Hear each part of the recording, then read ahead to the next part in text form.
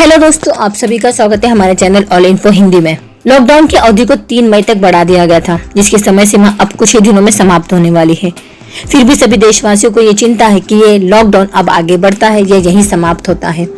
Lockdown के चलते हमारे देश में अर्थव्यवस्था को बहुत ही नुकसान हुआ है। इसके चलते देश की अर्थव्यवस्था अब थोड़ी थोड़ी सुधरने की कोशिश हो सके। फिर भी सरकार ने ग्रीन जोन वालों को कुछ छूट दी है, लेकिन अब भी रेड जोन और ऑरेंज जोन को पूरी तरह से छूट नहीं मिली है।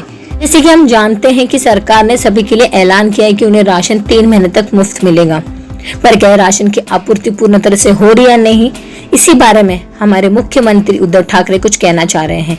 आइए जानते हैं कि वो इस बारे में क्या कहते हैं। देश में जारी कोरोना संकट के बीच उद्धव ठाकरे ने एक बार फिर केंद्र सरकार पर निशाना साधा।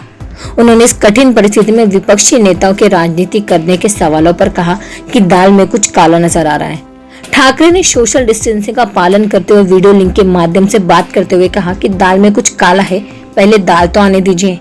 ठाकरे ने कहा कि हमने केंद्र सरकार से दाल मांगी है, क्योंकि हम अपने राज्यों में खाद्य सुरक्षा कानून के तहत लोगों को अनाज देते हैं, लेकिन हमारे पास सिर्फ चावल ही है, इसलिए हम दाल और गेहूं की मांग की है, जो हमें अब तक नहीं मिली है। मुझे लगता है कि दाल में कुछ काला है, लेकिन दाल तो आने दो।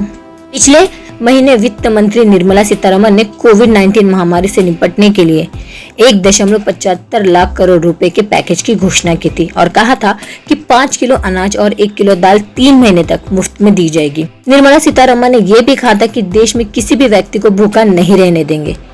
वित्त मंत्री की बातों की तरफ इशारा करते हुए उद्धव ठाकरे ने कहा कि हमारे पास अभी तक अनाज की आपूर्ति नहीं हुई है। इसी के साथ ही ठाकरे ने केंद्रीय मंत्री नितिन गडकरी की भी तारीफ की। उन्होंने कहा, मैं गडकरी जी को धन्यवाद देना चाहता हूं। उन्होंने कहा था कि चुनाव आते जाते रहते हैं, कभी लोग सत्ता में रहते हैं तो कभी बाहर चले जाते हैं, लेकिन अगर हम लोगों को खोते हैं तो वो कभी वापस नहीं आ पाएंगे, इसलिए हमें राजनीति नहीं करनी चाहिए। इसलिए मैं गडकरी जी को धन्यवाद देना चाहता हूँ कि महाराष्ट्र के मुख्यमंत्री ने कहा कि हमारे केंद्र का रिश्ता बहुत अच्छा है, लेकिन कुछ लोग अभी भी राजनीति कर रहे हैं। इससे पहले महाराष्ट्र के मुख्यमंत्री उद्धव ठाकरे ने कहा कि राज्य में लागू पाबंदियों में ढील देने का निर्णय 3 मई को देशव्यापी लॉकडाउन समाप्त होने पर स्थिति की समीक्षा करने के बाद लिया जाएगा। राज्य में कोरोना वायरस की स्थिति को लेकर टेलीविजन पर अपने संबोधन में उन्होंने ये विचार रखे हैं। ठाकरे ने कहा कि 3 मई तक बढ़ाए गए लॉकडाउन की स्थिति की समीक्षा अगले सप्ताह की जाएगी। इसके बाद हम लॉकडाउन में ढील देने के कदम पर निर्णय लेंगे।